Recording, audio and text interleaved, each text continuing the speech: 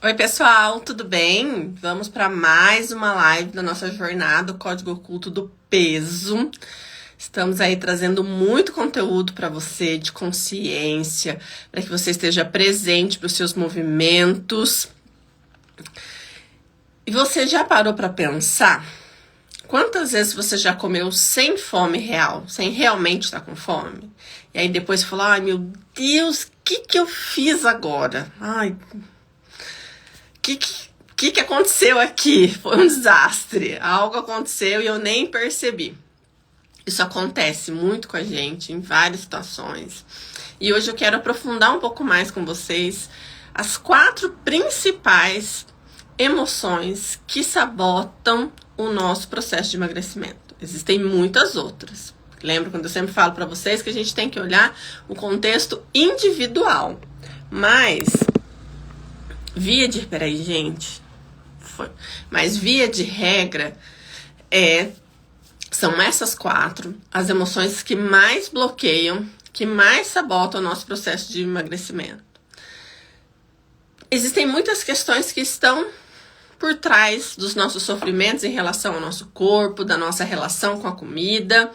E quanto mais nós sentimos essas emoções, mesmo que elas não sejam tão claras assim, porque muitas vezes a gente olha e fala, mas eu não sinto isso, ou eu sinto, mas parece que não é desse tamanho para me levar para esse lugar. Lembra que eu tô falando para vocês, é sempre além do aparente, é muito mais um movimento interno, daquilo que a gente não vê, não percebe, mas está sentindo o tempo todo. Então, as 4 principais emoções que nos atrapalham, que mais prejudicam a gente nesse movimento, ela é importante da gente olhar e expandir o olhar para elas, para que a gente possa estar aqui e entender por que essas emoções, conscientes ou não, eu estando presente para elas ou não, me empurram cada vez mais para a compulsão alimentar. Me empurram cada vez mais para segurar, para reter o peso emocional. Porque às vezes eu tô fazendo, como eu disse para vocês em outras aulas, você faz. E aí você se frustra, você fala, meu Deus, o que é que tá acontecendo comigo que eu não tô conseguindo liberar esse peso aqui? Por que eu não tô conseguindo? Se você assistir as outras aulas, você vai ter um pouco mais de noção de quantas possibilidades estão dentro desse movimento. A gente trouxe conteúdos bem profundos. Um dia a gente aprofunda um pouco mais, porque pega algumas coisas bem lá no fundo. Outros dias a gente traz umas lives um pouco mais suave. Mas a gente vai entendendo isso, vai trazendo percepção para a nossa própria história. Porque o processo de emagrecimento é sempre algo individual e precisa ser visto dessa maneira. Não tem como você entrar dentro de uma caixinha e seguir um protocolo. Que esse protocolo funcionou para 1000 pessoas, vai funcionar para você também. Não, isso é ilusão. Isso é algo que leva a gente, inclusive, para mais frustração. E eu não coloquei aqui nessa live, mas, né? O campo tá aí e mostra pra gente algumas coisas. A frustração, não saber lidar com a frustração, também alimenta essas emoções e também é um fator que faz com que a gente retroalimenta essa dificuldade de emagrecer, de liberar peso. Então, olhe para isso, olhe para suas frustrações. Como é que você lida com a frustração? Você já sentiu frustração? Como é que é isso para você? Depois que você sente frustração, quais são os sentimentos que vêm à tona? Quando algo acontece que você se frustra, como é que você se sente nesse movimento? Porque com certeza você deve sentir aí raiva, vergonha, culpa e até medo dentro desse movimento. Então essas são as 4 principais. O medo, gente. Você consegue perceber, lembrar de algum momento em que você comeu porque você estava com medo? Medo de não dar certo, medo das coisas não acontecerem. Porque a gente às vezes mistura isso com a ansiedade. Não que ela não esteja presente, mas são linhas assim, sabe? Imagina uma grande teia. Aquelas linhas bem fininhas que às vezes a gente está tão acostumado com uma sensação dentro do nosso corpo e achando que isso é ansiedade. E na verdade eu estou com medo. Claro que um é muito parecido, muito junto, às vezes vem tudo junto, mas é importante a gente olhar para isso. percebe assim, faz um exercício de você conseguir fazer essa avaliação, como se você fosse tirando assim os laços, desfiando assim essa situação. Você consegue lembrar de algum momento em que você comeu por medo? Medo de alguma coisa não dar certo, medo de não passar na prova, medo do pai brigar, medo de ser rejeitada no relacionamento. O medo, gente, é a emoção mais primitiva que nós sentimos. Ela estimula na gente muitas coisas boas, né? Mas também nos prejudica muito. Ela aparece, é uma situação que aparece quando a gente não se sente seguro, quando a gente precisa de proteção e de amparo e a gente não tem. Então, o medo, ele pode vir, como eu disse para vocês, do medo da rejeição, do abandono, o medo da violência, até mesmo dos silêncios, porque a gente não sabe o que o outro vai fazer. Sabe, aquelas crianças que passaram por tratamento de silêncio, e não só crianças, porque tem muito adulto dentro de relacionamento que o outro faz tratamento de silêncio. E você fica com aquele medo do que tá por vir, o que vai acontecer. Aí esse medo junta-se com com todas essas coisas, e aí cria todo esse ambiente que leva a gente para compulsão alimentar. Então, para além, eu falo muito da gente olhar das nossas questões lá da infância. Mas pega isso que eu falo para você, também traz isso aqui pro seu dia a dia agora. Pro seu local de trabalho, pro seu relacionamento, pro seu relacionamento com seus pais, pro seu relacionamento com o seu esposo, com a sua esposa, pra sua namorada, pro seu namorado. Presta atenção nisso. Nos seus relacionamentos de amizade. Como é que é isso? Porque o corpo da criança é o mesmo corpo do adulto hoje. Todas aquelas sensações lá de trás, elas estão aqui. Às vezes a gente não consegue trazer isso assim com tanta clareza, mas quando a gente passa por um processo terapêutico, onde a gente faz esse reconhecimento, para ouvir, perceber as sensações do nosso corpo, a gente começa a fazer esses links. Do mesmo jeito que eu falo para vocês, a gente vai desfiando a teia, a gente também começa a linkar e encaixar as peças desse grande quebra-cabeça que é ser quem eu sou, que é a minha história individual. Então é muito importante. Nós hoje, quanto adultos, carregamos coisas desde lá de trás, mas também são coisas que acontecem no nosso dia a dia, aqui na vida prática, que me leva a ativar em mim hoje, porque hoje é uma necessidade real de ser protegida, de ser vista, mas a raiz dessa sensação, ela é antiga. Por isso que a gente sempre faz esse passeio daqui para lá, né? Mas eu estou aqui no momento presente, vivendo essa realidade e percebendo de onde vem essa raiz dessa minha necessidade, desse meu medo, né? Então, a gordura, quando a gente engorda, ela tá funcionando como essa barreira desse medo, que é um medo muito antigo, ou pode ser de questões que nós estamos sentindo agora, mas que estão ativando, lembra que eu disse numa outra aula, o sinal de alerta ali de que algo pode acontecer. Por isso, o processo de autocuidado, de autoconhecimento, é tão importante para a gente sermos curados em nós mesmos. É sempre sobre esse movimento assim, né? De olhar para mim, de perceber o que em mim, de reparar quem em mim, que parte minha, que movimento meu tá sentindo esse medo que ainda me aprisiona e o meu corpo precisa crescer, criar uma barreira ou reter algo para que ele tenha energia. Então, muitas vezes a gente come para sentir esse movimento de calma, né? Mas é esse movimento de calma que vem para apaziguar um medo que a gente está sentindo. Então, o medo, ele se mistura com todos os outros sentimentos que a gente tem. O medo, ele se mistura com a comida e vira uma forma de acalmar, de aplacar a ansiedade, de aplacar esse terror interno que a gente tem aqui. Então, quando eu digo para vocês, eu como por ansiedade, será que é só ansiedade? Porque a ansiedade é uma sensação. O medo é outra sensação, são sensações bem parecidas, inclusive fisiologicamente, né? Por exemplo, o disparar o coração, a respiração ficar um pouco mais curta, mas a gente quando começa trazer presença para aquilo que a gente consegue ver a diferença do medo e da ansiedade, né? Porque muitas vezes a gente aprendeu a rotular a ansiedade como medo e vice-versa, né? Também aprendeu a rotular o medo dentro desse movimento. Então são sensações muito parecidas, mas existe sempre um detalhezinho, né? A ansiedade, a gente fica naquela expectativa muito grande. O medo, ele traz uma sensação, se a gente parar para ouvir o silêncio dessa sensação de que a minha vida corre perigo, de que algo muito ruim vai acontecer e é como se a minha vida dependesse disso. Então, é nesse lugarzinho que a gente vai entendendo, né?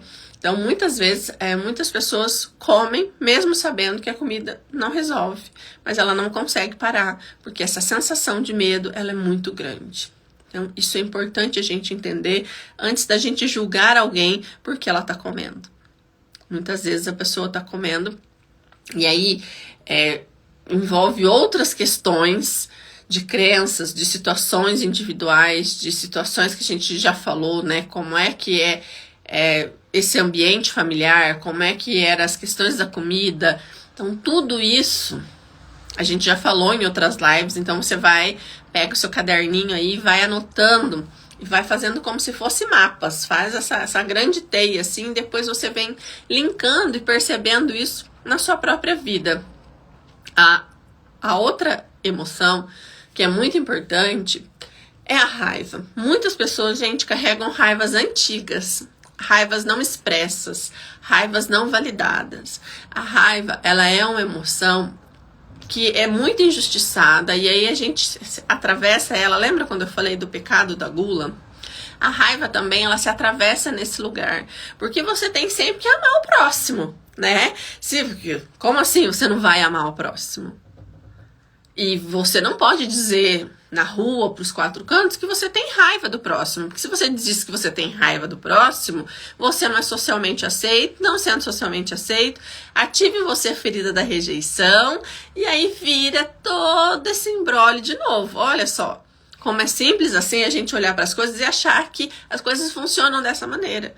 A raiva, inclusive tem um livro que eu sempre indico para vocês, né? A Virtude da Raiva.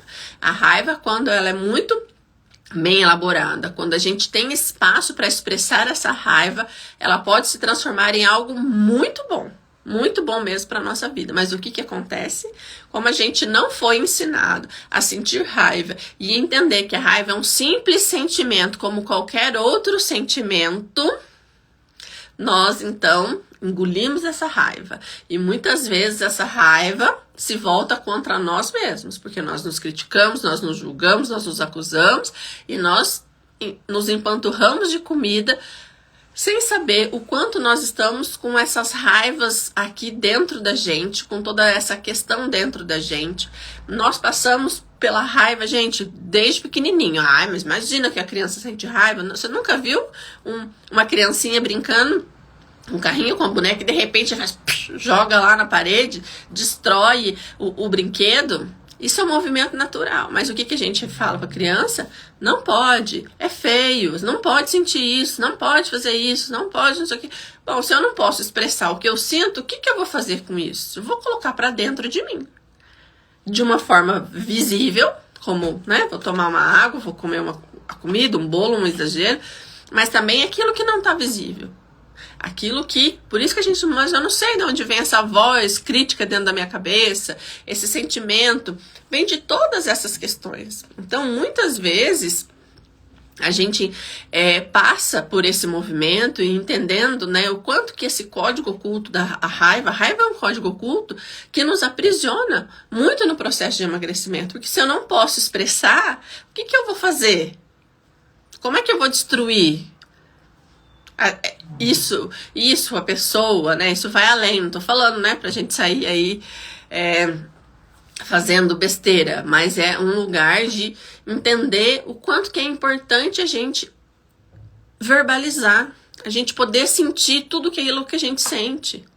Porque se dentro de um lugar, inclusive, não era nem pra entrar nesse assunto, né? Se eu não consigo assumir as raivas que eu sinto dos meus pais, Como é que eu vou adiante? Como é que eu vou me nutrir positivamente se pai, principalmente mãe, que é o símbolo de nutrição, se eu não posso expressar a minha raiva em relação às coisas que aconteceram, se eu tenho que ser só amor e só gratidão, e nunca posso dizer, porque a gente tem um discurso muito bonito, nosso discurso, eu acho lindo os nossos discursos, né? Ai, que apesar de não... gente, óbvio que nós somos. Mas nós não temos espaço, inclusive dentro do processo terapêutico, para algumas pessoas é muito difícil olhar e perceber o quanto que tem raiva do pai e tem raiva da mãe. E é a mesma mãe, o mesmo pai que eu tenho raiva é o pai e a mãe que eu amo, que eu admiro, que eu quero estar perto. É fácil a gente perceber isso nos adolescentes, né? Ai, eu odeio você, eu não quero ficar perto. E aquela coisa, aquela ambivalência, né, na adolescência, desse amor e desse ódio. E que muitas coisas acontecem com a gente nesse movimento, principalmente da adolescência. E que se pode ver que muitas pessoas que relatam questões de peso que começaram na adolescência. Que isso pode ser uma das situações que a gente já falou, de milhares de situações que podem acontecer. Então... a gente precisa olhar para isso. Óbvio aqui que eu tô trazendo um pequeno olhar, porque principalmente quando a gente fala disso, desse movimento, né, do quanto que esse movimento de raiva, esse movimento da culpa, né, o movimento da gula, porque, né, gula é pecado, sentir raiva também é pecado, porque eu sempre tenho que amar, eu sempre tenho que ser boazinha, né, eu sempre tenho que ser... olhar só para amorosidade e aí lascou. Aonde é que eu vou usar o meu instinto agressivo destrutivo? Porque todos nós temos, porque isso é necessário para a nossa sobrevivência. Então, se eu sou uma pessoa que tem muita raiva dentro de mim e eu não posso ou não pude e ainda não sei como elaborá-la, ou eu vou para tristeza, para depressão, ou eu vou para agressividade, para compulsão. Muitas vezes isso não aparece tão claro. O que vai aparecer de cara pra gente é a compulsão alimentar. A gente come porque tá triste, come porque tá com medo, come porque tá com raiva, e a gente nem sabe por que é que a gente tá comendo. Então, percebe que não é tão simples assim a gente olhar para um processo de emagrecimento. Quanta raiva você vem engolindo ao longo da sua vida? Quanta raiva tá aí dentro de você? Porque seu corpo não esquece. Cada raiva engolida vira um peso físico e um peso emocional. Vira ansiedade e vira compulsão. Então é importante a gente olhar para isso.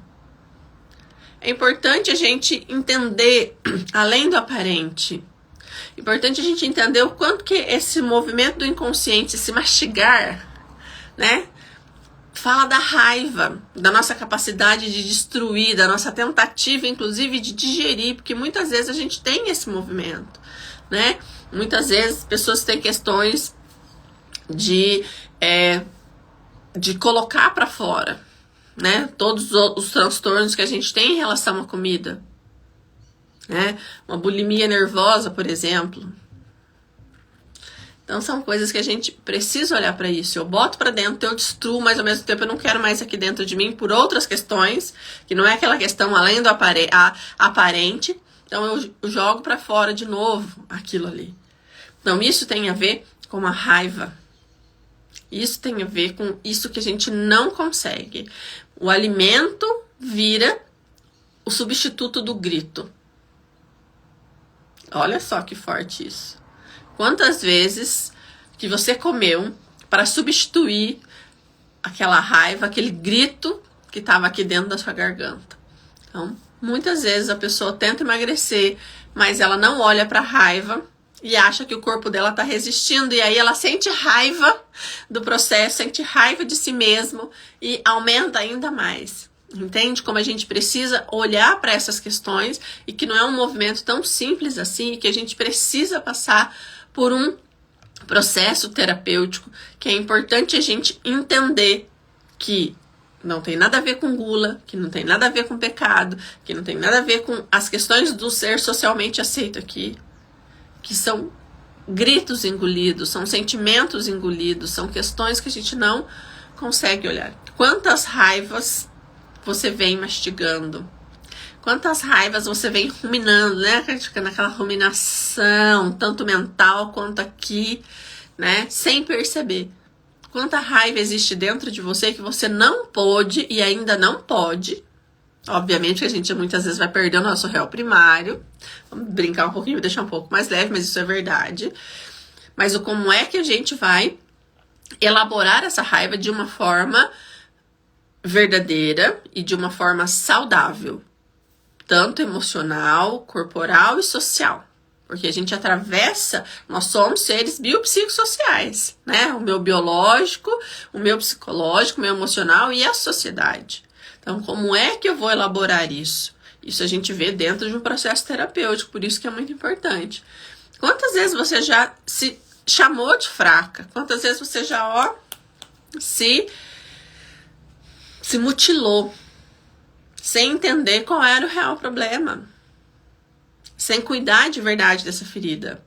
A gente já falou dessa emoção, teve uma live exclusiva só para ela, que é a culpa, né? O quanto que a culpa está atrelado com tantas coisas que vem aí, né, junto também com as questões de pecado, com aquilo que é socialmente aceito e com tudo aquilo que a gente já traz dentro da gente. E aí existe um ciclo da culpa, que ele funciona assim, ó, a gente sente uma dor que a gente nem sabe o que é, aí a gente vai satisfazer essa dor comendo, a gente come como uma anestesia para tentar amenizar essa dor, e aí depois a gente fala, nossa, por que eu comi? Não devia ter comido. Nossa, por que eu fiz isso? E aí então a gente se sente culpado. E nesse movimento, junta-se a culpa que a gente já tem dentro da gente, e essa culpa gera mais dor e leva a gente a mais compulsão, e a gente não consegue sair desse círculo vicioso. Por isso que a gente começa a entender o quanto que é tão difícil, porque além disso, gente, a gente tem um padrão de uma vida inteira. É uma vida inteira que a gente vem em certos movimentos e a gente precisa ter consciência para olhar para isso. Então, o que acontece é que a culpa, quando ela vem atrelada ao sentimento de raiva, ao sentimento de medo, né? Porque elas não vêm assim sozinhas, elas vêm numa gangue, vem em comboio todas essas emoções. A culpa, ela vai minando a nossa autoestima. Ela vai fazendo a gente acreditar que nós não somos bons o suficiente, que eu não sou boa o suficiente, que eu não tenho valor, que eu sou uma pessoa que não consegue dar conta de começar e terminar nada mesmo, porque eu sou uma indisciplinada mesmo, né? E aí a gente aqui, se chicoteia o tempo todo. Então não é preguiça, não é desleixo, não é relaxo. São mecanismos, são padrões ocultos e são códigos também que não são ocultos, mas a gente não consegue enxergar isso porque a gente está tão acostumado a viver nesse padrão. Então isso é muito importante, a gente olhar para isso e entender. Quando a gente começa a entender, a manejar essas emoções dentro da gente, nós começamos a nos curar, nós começamos a nos sentir mais leve e automaticamente isso acontece com o nosso corpo. Nós estamos mais presentes para a gente mesmo, para as nossas emoções, para as nossas sensações, para os nossos sentimentos. Temos um espaço seguro para olhar para isso e liberar essas questões dentro da gente. Automaticamente o meu corpo não sente mais esse medo inconsciente, esse medo doido que me tira daqui, do meu centro, da minha presença. Então ele não precisa mais se proteger. Isso também vai liberando o meu corpo físico. A outra emoção que vem junto e que sabota muito o nosso processo de emagrecimento, diferente da culpa, ela tá ligada às coisas que a gente faz, né? A culpa, a vergonha, ela tá ligada a aquilo que a gente acredita que a gente é. Aquilo que por algum motivo, em algum momento, a gente distorceu totalmente esse lugar, né? E a culpa fala assim pra gente, eu fiz algo errado. Eu não deveria ter feito isso. Isso que é o que a culpa faz com a gente. Ela aponta um erro e fala, eu fiz algo errado. A vergonha fala pra gente assim, você é errada. Você é a culpada. Você. Né? Você não fez. Você é. E quando a gente é muito difícil. Né? Porque como que a gente muda aquilo que é? Só que isso não é verdade. Isso foi algo que foi incutido dentro da gente. E aí a gente vai entrar em questões profundas também. Muitas vezes a gente carrega uma vergonha que não é nossa, uma culpa que não é nossa, mas era para o outro sentir. Por exemplo, quem sofre violência de todo tipo, abuso de todo tipo, principalmente na infância, a criança que começa a sentir como errada. Eu sou errada, né? Eu fiz errado. A culpa é minha, que eu preciso me sentir envergonhada. Quando, na verdade, esse outro que deveria sentir essa vergonha não sente. Então, isso também é muito destrutivo e são coisas que a gente não entende. Isso acontece na vida adulta quando algo acontece, quando alguém constrange a gente no trabalho, quando num relacionamento alguém está sempre nos colocando dentro desse lugar que faz com que a gente se sinta envergonhado de ser quem a gente é. Então, é muito profunda a sensação da raiva que se mistura com a culpa, que se mistura com a vergonha, e aí a gente entra nesse movimento que fala, e agora? O que vai ser de mim? Então, a vergonha é uma emoção, gente, extremamente paralisante, que dificulta muito o nosso processo de emagrecimento, porque a pessoa olha e fala, eu tenho vergonha, às vezes uma das coisas que a gente sempre escuta é, eu tenho vergonha do meu corpo. Mas quando, na verdade, não é sobre esse corpo aqui que a gente está vendo. A gente está falando de uma vergonha muito mais profunda, de lugares que a gente não entende de onde vem. Mas que, como ela só pode... Lembra que eu falei que o inconsciente é o nosso corpo, é o nosso inconsciente visível? Então, esse corpo, ele se transforma dentro desse tamanho e eu olho para ele, tenho uma imagem distorcida de mim mesma e tenho vergonha disso. Só que quando eu não entendo onde está a raiz disso, eu também não consigo sair. Então, muitas pessoas que têm as questões com sobrepeso, que não conseguem emagrecer, elas carregam a memória da humilhação. E não porque ela era gordinha lá quando ela era criança, porque são situações e situações, gente. Não dá para generalizar. Lembra sempre disso, eu não tô aqui generalizando. Você precisa analisar a sua história, a sua individualidade, pra gente olhar para isso, mas muitos, né? E como eu disse para vocês, tem muitos artigos, muitas pessoas escrevendo sobre isso, muitos estudiosos escrevendo sobre isso e apontam que os apelidos, as comparações, principalmente lá na infância, fazem com que essa criança sinta vergonha. Uma criança que às vezes colocou uma roupinha mais curta quando era criança e ouviu algo e ela se sentiu extremamente envergonhada. Então, ela precisava se esconder dentro desse lugar.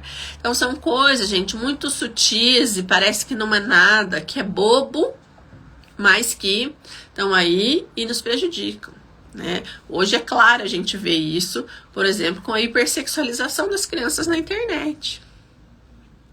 Né?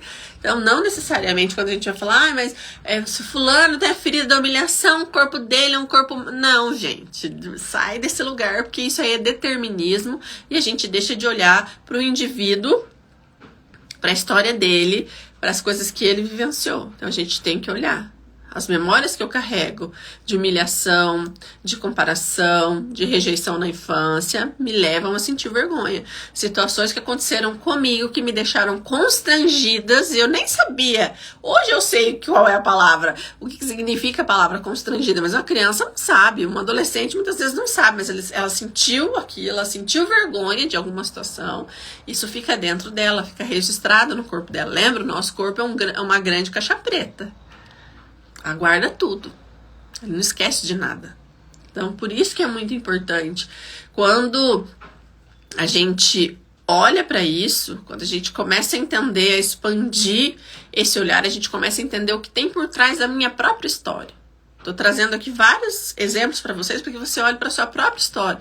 Talvez na primeira live não fez sentido, mas essa fala, nossa, entendi agora. Aí você volta, assiste as outras lives e fala, era isso então. Lembra das peças do quebra-cabeça e a gente vai encaixando. Então, a vergonha pesa Porque muitas vezes eu carrego algo que não é meu, um sentimento que o outro deveria sentir. Às vezes eu carrego algo de uma sensação que eu passei, de uma situação que eu passei, e eu nem me lembro disso. Só que isso vai criando em mim essa casca, essa imagem, e que, ao invés de eu ser o meu melhor amigo do meu corpo, entender que o meu corpo é o meu melhor amigo, que o meu corpo é a minha casa, é a minha segurança, a vergonha me afasta disso. Porque eu tenho vergonha do meu corpo. Né? Isso a gente vê, por exemplo, dentro dos relacionamentos de casais. Quantos relacionamentos de casais que também são retroalimentados por dependência emocional, por todas as coisas, por agressões e tudo mais, o quanto que uma mulher, ela se sente muitas vezes depois do parto, depois de alguns filhos, enfim, algo aconteceu na vida dela, e ela se sente com essa dificuldade de se olhar, de se reconhecer. Então isso é um movimento, gente, muito mais profundo quando a gente vai entendendo isso. O quanto que a vergonha nos impede de olhar pra gente com bons olhos, o quanto que ela alimenta a compulsão dentro da gente, e quanto que, né, quando a gente não tem noção disso, a gente continua comendo e continua criando um espaço onde só tem julgamento, onde só tem crítica. E o movimento terapêutico, né, e o movimento do Código Oculto do Peso é que você olhe para isso e não exista mais esse lugar, para que você saia desse lugar, para que você volte a se olhar, a se perceber com o corpo real que você tem agora. Porque é a partir do agora que a gente vai para um futuro. Muitas pessoas falam, eu vou me amar, ou eu vou não sei o que lá, quando eu emagrecer. Só que você só vive agora. Quando? Amanhã a gente não sabe. Parece uma frase muito clichê, mas é uma realidade, gente. A gente precisa viver momento a momento, segundo a segundo. E quando a gente vive momento a momento no estado presente, a gente para, né, de olhar no espelho, só usar roupa larga, de se esconder, de evitar convites para que ninguém veja, para que ninguém me julgue. E eu começo a me reconhecer. E a partir deste momento que eu começo a me reconhecer, eu começo a fazer novas escolhas, eu começo a fazer novos movimentos e eu vou conseguindo enxergar a vida com mais leveza. Porque lembra, eu já falei isso pra vocês, vou retomar a falar. A vida, emagrecer não significa ter uma vida leve.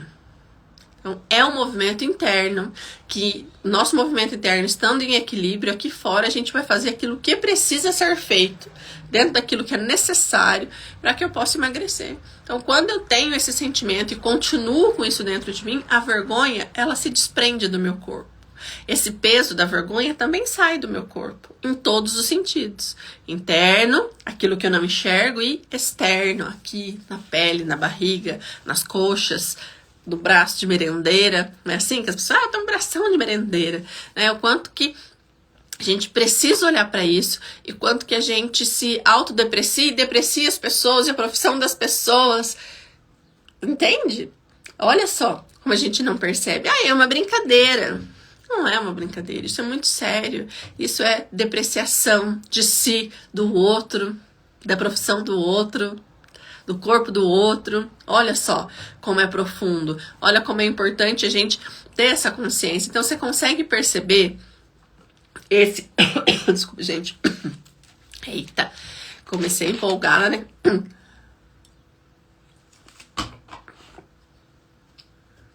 O quanto que essas emoções, essas 4 emoçõezinhas de base,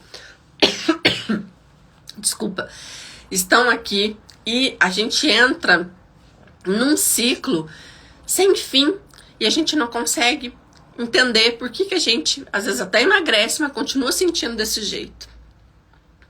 Ou a gente tá num processo e não consegue emagrecer porque a gente tá se sentindo assim e nem sabe.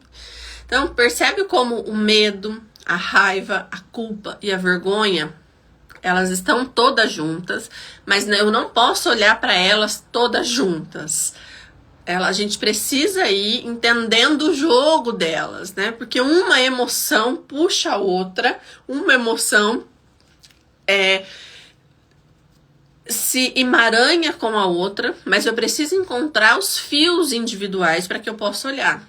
Que o medo nos paralisa, a raiva gera ansiedade, a culpa nos aprisiona na autoacusação, a vergonha nos isola. E eu sinto raiva porque eu tô com vergonha de mim mesmo. E aí eu sinto culpa por estar dentro desse lugar. Olha, então vai virando esse movimento e eu nem percebo. Por isso que é importante a gente trazer consciência, entender. Todas elas estão falando pra gente a importância do autorreconhecimento, de autopercepção, de entender que não adianta a gente buscar apenas anestesia ou apenas esse movimento de preciso tirar isso daqui, esses quilos que estão aqui, se eu não olho para dentro. Porque vou emagrecer, seja com faca ou com agulha, ou ali fazendo realmente uma dieta restritiva e aquilo que precisa ser feito, mas dentro de mim continua uma guerra. Então isso me custa também. A vida fica muito pesada, porque todo tempo eu tenho que ficar lutando para manter esse peso, sendo que o peso físico, ele é reflexo do peso interno. Se eu tô leve, a minha vida tá leve, e eu tenho aqui possibilidade de olhar para a vida de uma forma leve, de fazer escolhas conscientes, de estar presente para minha vida. Então, isso é muito importante, a gente encontrar um espaço seguro para expressar as nossas emoções, porque senão a comida continua sendo a única saída. A única saída. E você encontra esse espaço seguro, quando você encontra esse lugar, você consegue elaborar, você consegue fazer esse movimento de ir desemaranhando, entendendo, né, que cada ponto desse bordado que é a nossa vida tá aqui, e a gente entende quando uma coisa se junta com a outra ou não. É por isso que quando eu falo para vocês da jornada do Código Oculto do Peso, além de aprender a nomear as emoções, a gente começa a dissolver essas armadilhas, a gente começa a perceber o que está além do aparente, o que está além da nossa mente, além do nosso sentimento, que está nessa realidade. Porque enquanto a gente não entender a importância das emoções, a qualidade dos nossos pensamentos, o nosso processo de emagrecimento ele fica muito mais desafiador. Quando eu entendo, quando eu tenho um espaço seguro para entender, elaborar, expressar isso, eu entendo o quanto isso me ajuda a emagrecer em todos os sentidos. Porque nós somos atravessados pelos nossos pensamentos, pelas nossas emoções o tempo todo. E aí, a única forma, muitas vezes, que nós encontramos de aliviar essa dor e justificar as nossas escolhas e perpetuar esse ciclo de autossabotagem é comendo. Então, é muito importante nós olharmos para isso nesse movimento. Espero que tenha feito sentido para vocês essa live. Amanhã vou trazer um assunto para vocês sobre a nossa forma de pensar, juntando com as nossas emoções, com todas essas sensações, com todos esses sentimentos, quais são as armadilhas do nosso pensamento, que se juntando com essas quatro grandes, vêm aqui e também sabotam o nosso processo de emagrecimento. Aguardo vocês amanhã.